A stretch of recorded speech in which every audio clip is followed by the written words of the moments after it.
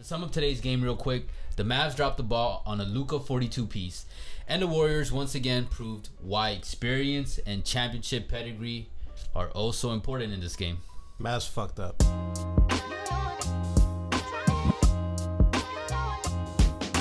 Nah, they really did. They really did. Let's just get into it because first half of the game, I was excited. What I was thinking was like, damn, I can't wait to film this reaction. Like, we're gonna be able to say again, like, ooh, 1-1 for both conference finals. This is dope. This is awesome for us as fans. And then they dropped the ball, and it was just like, come on, your star player, your prodigy, your everything. Anytime someone drops more than 40 points, come on, man, you gotta have your boys back. You gotta get that W. And I don't even know how to even say it. It's not necessarily that they dropped the ball. It's similar to what happened to the Boston Celtics in Game 1 in the third quarter. They didn't show up from the second half on. That's dropping the ball. With a team like the Golden State Warriors, you gotta be on it. With the dynasty coming back, you cannot do that, man. Not for a second. Like, that's... Oh, my God. If I was Jason Kidd, I'd be heated right now. I wouldn't even, like... I wouldn't be talking to anyone. And then for Luka to have the audacity, if you guys have seen this, he went into today's game pulling up with this fit right here. And for the audio listeners, it's a whatever fit, I'm not gonna lie.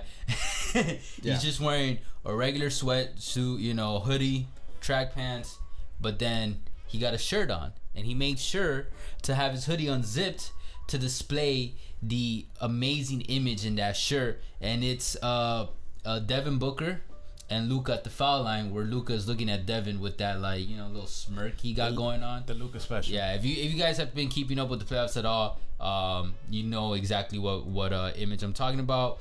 Now, I will say, this is Twitter, so just for credit's sake, I'm not 100% sure if this may be Photoshop or not. So, Dallas fans, I'm sure you guys follow the Dallas Mavs on Insta. Let me know if it's fake or not. But, I mean, they screenshot it with the Dallas Mavs Insta account on there. But you never know in today's age, especially on Twitter. Yeah, we'll never know. This might not be... It's super easy to Photoshop just to fucking that image onto the shirt. You know what I mean? Yeah, exactly.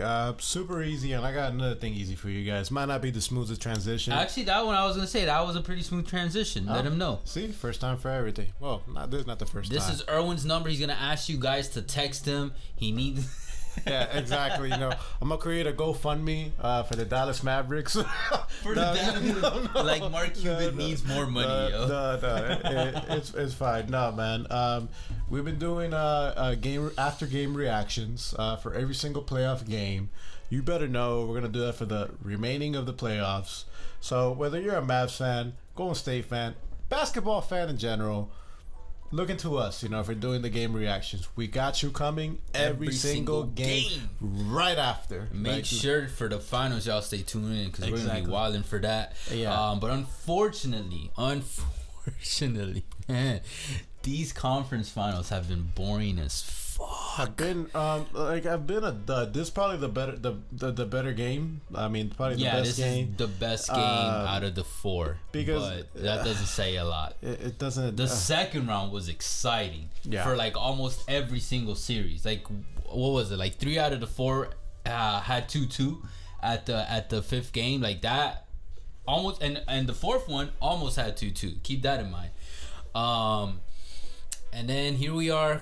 I was a little worried this might happen, but I didn't put too much thought into it. And I can't believe it's actually happening. Like, fucking the Heat game, blowout. It wasn't as bad as the Celtics blowing out the Heat, but it was like the Heat were in control that whole first game. Yeah. Second game, obviously Celtics like murdered them.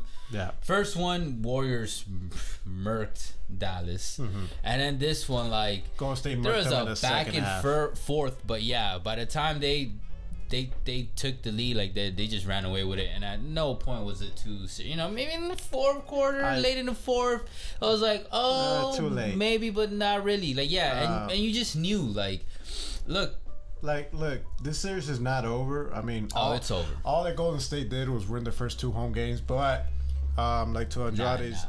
It's the way they won it. It's all about how you win it. The Mavs fucked up, man. Like, they did. They fucked up. Because if they won this game, all I could not stop thinking about during like the first half was like, Jesus, man. Like, is Luka really going to like prove this demigod status? Is he really gonna have a legitimate possibility of taking Dallas to the finals? But down 0-2, I'm not saying it's not possible, but it just makes it so much harder because one, overall, Warriors are the better team. Yeah, I think every single person in this room viewing this video in the fucking basketball world can agree with that. Mm-hmm. And then two, they're the vets. They're the experienced ones in the room. So they got both major things going for them. So even going into this, it was like, the only thing, and this is why I still give Dallas a little bit of hope. Arguably, I'm going to say arguably because I know this one is actually legitimately arguable. The Dallas Mavericks do have the best player on the court when both squads are on the court. That's all I'm going to say. I got you. And do you agree? Luka is the best player. I'm sorry, Warriors fans. I know Curry is. I mean, I love Curry. He's ill. Luka. Clay's dope. Please do not bring Jordan Poole into this conversation. Yeah, do not. Wiggins fans, please. I don't know if y'all gonna try to go for like a high ass reach, but he's also not in the conversation. Yeah, but Wiggins, you could put in the conversation. He was the MVP of that game, bro. Wiggins playing that defense that he did, and the third quarter, not once, but a couple times.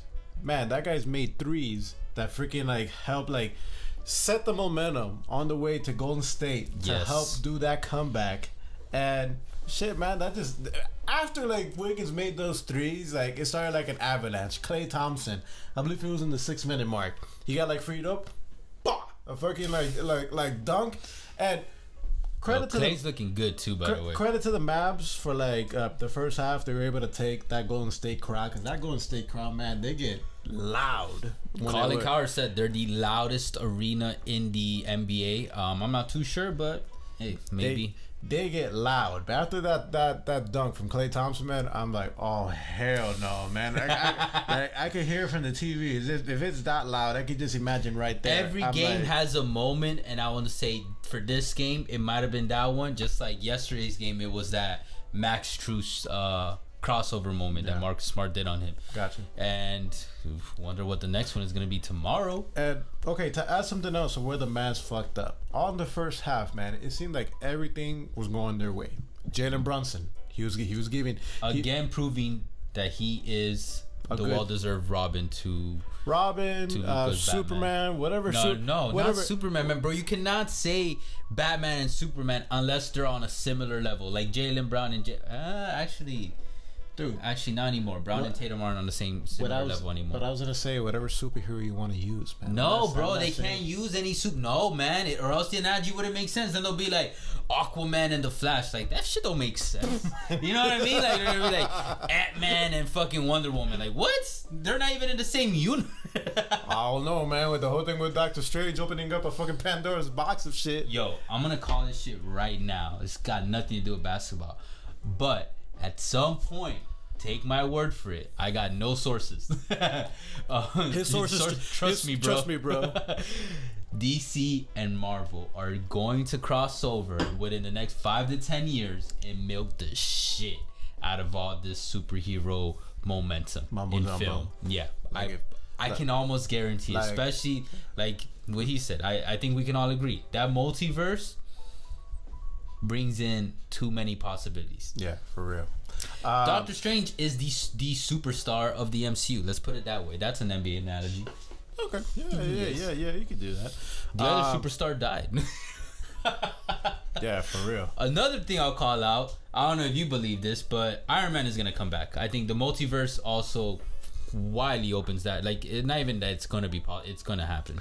All right. Anyways, to go back. Mavericks aren't going to come back, though. I'll tell you that much. Yeah, these are in the series, be honest. Yeah, 2-0 is a big hole, man. There's not the Suns. There's the Golden State. Exactly. Now, that's what I'm saying. Obviously, we could be wrong.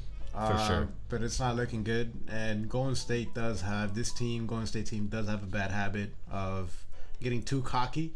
But I don't think they will, man. And I don't think they will. I'm telling you, if Golden State gets too cocky, like they did with the Grizzlies, and they leave the door open for the Mavs to, like, you know, I don't know, kick their ass in Game 3 and give them some hope and momentum.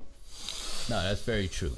Because if the Mavs can play how they did in the first half, think of it like this: the Celtics were winning in the first half of the first game against the Heat. Then they got fucked up. And then they brought back in Game 2 and brought what they did in that first half and more. Yeah. And closed out. Yeah. So maybe, and I do think it's possible, because that first half showed us that the Mavs can play with the Warriors. They can definitely play with the Warriors. Now the problem is, honestly, it comes down to as simple as just that veteran, and not even just that, it's just that championship experience that these motherfuckers have. This core in the Warriors is different, guys. Like, for any young kid watching this, like, this video right now, like, please understand that even if the Warriors were to face a superior team or a team with a better player, like I said, I think Luka is the best player. Experience changes everything, especially in sport. There's a reason Tom Brady has 7. He's the GOAT. He's the GOAT. Yeah, but how many Super Bowls? 7? 6 or 7, yeah. So, because that IQ, man, it just does. And then it's not that they just have that. Jordan Poole and Wiggins. Actually, one thing I want to say about Wiggins when you're talking about him, I think in the future, if Wiggins stays on the Warriors, but even if he doesn't, I think Wiggins' future in the NBA will be like an Iggy. I think Andrew Wiggins will be the next Andre Iguodala of the NBA, in the sense of, like, as he ages, he's an athletic baller, he's a shot creator, but he just can't do it for a consistently maximum amount of time, and he just doesn't want to. Like, we've seen, like, he doesn't want to be like the head honcho when he was on the Wolves and all that. So I think slow and steady, he just keeps improving, or maybe this is a ceiling, who knows, because he's already mid to late 20s. But that's cool. You stay for right now, you're in the starting lineup, but coming off the bench, this guy could really be like top tier 6 man. You know what I mean? A Ginobili per se, a Lou Will, but like better than those two even. You know what I mean? Because he's good. No, and it's kind of similar builds and trajectories. Iguodala, he was a lottery pick, number 9 pick in Philly. You know, would use the head honcho. Those teams weren't doing relatively well. You saw the same thing with Wiggins in Minnesota. There were moments, like Iggy had his moments in Philly, but not consistent. It's like what we say over and over again, man. It's like what first class organizations do, man. Like, they find a way. They unlock the giant within. Okay, Andrade Robbins. But anyways, man, like, okay, we both think this series is pretty much over. How many games is it gonna take? I still see it going to 6. Okay. I think the Mavs can still win 2 more. What I'm really, even though I do, like, 65% of my brain thinks it's over, but there's a 35, and that's a big chunk for me. 35%, just because they have Luka, Doncic, and Jason Kidd as their coach. And look, before it was hard to, like, kind of place your bets on this Mavs team, but if Brunson at this point, I believe, can show that he's a mostly consistent second star for, like, the team, second star to Luka. So I feel like we can rely on him, not to put up 30 plus, but like 20 to 25, low 20s, maybe even the high 10s. And now if Bullock can be their third guy, or Dinwiddie, bro. Dinwiddie, come on, man. There's a shot. There's a legitimate shot. Dinwiddie pulled a Bam Adebayo. Man, he had a bad game, but before this game, I mean, let's be honest. Before the what was it, like 2, maybe 3 great games that he had, or like good to great games, he has been kind of like off the map. And I had said in older reactions, like, wait for Dinwiddie to have his breakout game, and he did. And he ended up having like 1 or 2 more after that. This is kind of more of like where he stands, but I just think he's just inconsistent. You know what I mean? So unlike Bam, because Bam's just kind of been disappeared from the offense for a minute now, Dinwiddie, I expect him to have another good game at some point in the series, but then he'll also have another not bad game, but like, just disappeared. Gotcha. Well, he's gonna have to show up, man. If they're gonna even the series up, or let them know win a game. But guys, let us know what you guys think. All Kid has to do is just talk to them, man. I really think it's that simple for this team. Like, if they can keep playing half court offense, basketball, and slow the game down. That's what you got to do against Golden State. Not even that. Slow the game down. I think they have a better shot.